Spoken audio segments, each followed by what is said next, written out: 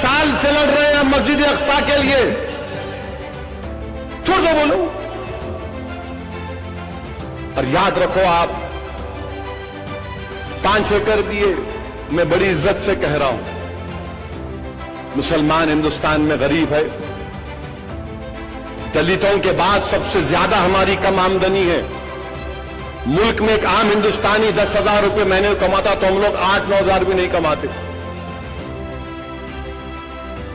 بے روزگاری ہے, کرائے کے گھر میں رہتے ہیں, جیلوں میں ہم بھرے ہوئے ہیں انڈر ٹرائل کے طور پر.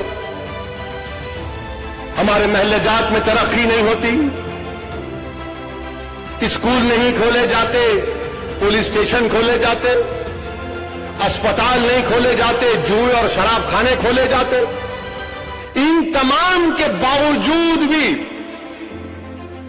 اگر میں ہندوستان کا سب سے غریب علاقہ ہے سیمانچل کے پاس سیمانچل میں چلا جاؤں اور کشن گنج سے اراریا تک میں سیمانچل کی عوام سے بھیک مانگوں کہ میری جھولی پیسوں سے بھر دو, مجھے اتر پردیش میں 5 ایکڑ زمین خرید کر اللہ کی مسجد بنانا ہے, تو خدا کی قسم 48 گھنٹے میں اتنے پیسے جمع ہو جائیں گے. ہماری لڑائی زمین کی نہیں تھی, ہماری توہین کی جا رہی ہے زمین دے کر. ہماری لڑائی مسجد کی تھی, لیگل رائٹ کی تھی. ہم کو بھیک میں نہیں چاہیے کوئی چیز, ہم کو ہمارا حق ہے تو دو. ہم کو بھکاری سمجھ کر مت دیکھو. ہم ہندوستان کے باعزت شہری ہیں. ہم کوئی کرایہ دار نہیں ہے, ہم کوئی فقیر نہیں ہے, بھکاری نہیں ہے کہ تمہارے پھینکے ہوئے ٹکڑوں پر زندہ رہیں گے. ہم لڑائی لیگل رائٹ کی ہے. اسی لیے آل انڈیا مسلم پرسنل لا بورڈ کے ذمہ داروں نے کہا کہ ہم مطمئن نہیں ہیں. بالکل صحیح بات. اب آپ کو بڑی تکلیف کہ سب لوگ راضی ہو گئے. یہ لوگ کون ہیں؟ تو یاد رکھو ہم لوگ دیوانے ہیں, پاگل ہیں. اور جب دیوانے پاگلوں کو عقل مند کی بات سمجھ میں نہیں آتی, جو عقل مند ہیں وہ موڈی جی موڈی جی موڈی جی کر رہے ہیں, اور جو دیوانے پاگل ہیں وہ مسجد مسجد کر رہے ہیں. اب آپ کو فیصلہ کرنا ہے. ہم تو آل انڈیا مسلم پرسنل لا بورڈ کے ساتھ ہیں اور رہیں گے انشاءاللہ.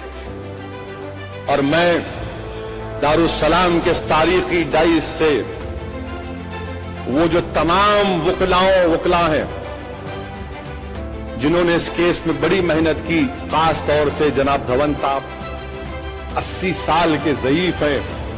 اس شخص نے گھنٹوں سپریم کورٹ میں ٹھہر کر بابری مسجد کی بازیابی کے لیے بحث کی. نافدے صاحب ہیں, محترمہ میناکشی صاحبہ ہیں, سید شکیل صاحب ہیں, ایم آر شمشاد صاحب ہیں. کئی وکلا ہیں جنہوں نے رات بھر بیٹھ کر تیاری کی. اور یہ بڑی ناانصافی ہوگی اگر میں ظفریاب جیلانی صاحب کا نام لا دوں. میں نے اپنی آنکھوں سے دیکھا کہ ظفریاب جیلانی صاحب رات میں کے دیکھتا تھا تو پڑھ رہے ہیں. میں نے کہا جیلانی صاحب, بولے نہیں تیاری میں لگ گیا تھا. میرے بھائی اللہ ان لوگوں کو سلامت رکھے. ہمارے پاس الفاظ نہیں ہے کہ ہم دھون صاحب کا کیسا شکریہ ادا کریں.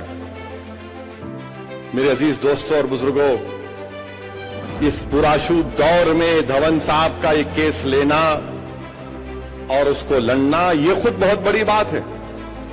کپل سبل صاحب نے بھی خدمت انجام دی, مگر کانگریس پارٹی نے ان کو روک دیا. دھون صاحب ایک کیس لڑے, ہم ان کے شکر گزار ہیں, ان تمام وکلاؤں کے. آل انڈیا مسلم پرسنل لا بورڈ کے ذمہ داروں کا شکریہ ادا کرتے. اور صحیح کہا یہاں پر کسی نے کہ سپریم کورٹ کا سپریم فیصلہ ہے, آخری کورٹ ہے, ماننا پڑے گا. مگر کم سے کم کوئی ہم پر الزام تو نہیں لگا سکتا کہ ہم نے وہ زمین کسی کو دے دی, کسی کے حوالے کر دی, کہ بنا لو تم. کیوں لڑنا ہے مسجد کے لیے؟ کیونکہ آج بھی B J P R S S کے پاس ایسے کئی مساجد کی لسٹ ہے جو وہ چاہتے ہیں کہ اس کو تبدیل کیا جائے. موہن بھگوت کا بیان آیا جھوٹ پر مبنی ہے. کیا میں چیلنج کر رہا ہوں آر ایس ایس کے ذمہ داروں سے پوچھتا ہوں کہ تم یہ کہتے ہو کہ کاشی اور متھرا کی مسجدوں کا تمہارے پاس نہیں ہے تو کیس وڈرا کرو نا. چلو کاشی کا کیس وڈرا کرو, متھرا کا کیس وڈرا کرو. میرے بھائی, آج سپریم کورٹ نے اپنے ججمنٹ میں 1991 ریلیجس ایکٹ کا ذکر کیا. وہ ایکٹ یہ کہتا ہے کہ 15 اگست 1947 کو جو مذہبی عبادت گاہیں تھیں وہی برقرار رہیں گی. مگر کیا ہے معلوم آپ کو متھرا کاشی کے بارے میں؟ یہ سنگھ پریوار کے لوگ کیا بولتے ہیں؟ مسجد کی بات نہیں کر رہے. مسجد کے اندر جو تہہ خانہ ہے ہمارا ہے. لکھنؤ کی ٹیری والی مسجد آپ کی ضرور ہے, مگر وہ مسجد کے سامنے کا آنگن ہمارا ہے. آپ بتائیے, یہ لوگ ہم سے کہہ رہے ہیں اور ہم یہ سمجھ رہے ہیں کہ ہم آنکھ بند کر کے یقین کر لیں گے. 1989 میں بی جے پی نے پالمپور ریزولوشن میں رام مندر کا ذکر کیا. 1960 میں وشو ہندو پریشد بنی. جب وشو ہندو پریشد بنی تو رام مندر کا ذکر نہیں تھا. 60s کے اینڈ میں بلکہ 80s میں تحریک شروع ہوئی. 89 میں پالنپور کا ریزولوشن 92 میں شہید کر دیا گیا. اور یہ عجیب اتفاق ہے کہ نریندر مودی جو آج ہمارے ہندوستان کے وزیر اعظم ہیں, وہ اڈوانی کی رتھ یاترا کے سامنے بھاگ رہے تھے. اڈوانی کی رتھ یاترا کے سامنے بھاگ رہے تھے, اور اس اڈوانی کی رتھ یاترا جہاں کہیں بھی گئی فساد ہوا, انسانیت برباد ہوئی. آج مسجد شہید کیوں گئی؟ مودی پرائم منسٹر بن گئے, اڈوانی کو پدما شری دیا گیا. اور آج اڈوانی کہتے ہیں کہ رام جنم بھومی کی تحریک آزادی کی تحریک کے بعد سب سے بڑی تحریک تھی. مسٹر اڈوانی, آزادی کی تحریک ایک پاک تحریک تھی جس میں ہم تمام نے اپنا خون بہایا تھا انگریزوں سے غلامی سے چھٹکارا حاصل کرنے کے لیے. آپ کی اس تحریک کو اس آزادی کی تحریک سے ہرگز مت ملائیے. کم سے کم مجاہدین آزادی کی توہین تو مت کرو اڈوانی. میرے عزیز دوستوں اور بزرگوں, اگر بابری مسجد شہید نہیں ہوتی تو کورٹ کیا فیصلہ ہوتا بتاؤ میرے کو؟ اگر وہی مسجد برقرار رہتی تو کیا کورٹ بول سکتا تھا کہ توڑو اس کو, توڑ کے دو؟ کس نے توڑا پھر؟ یہ لیگل اور انلیگل کی بات کو ذہن میں رکھنا, ہمیشہ رکھنا اس لیگل اور انلیگل کی بات کو.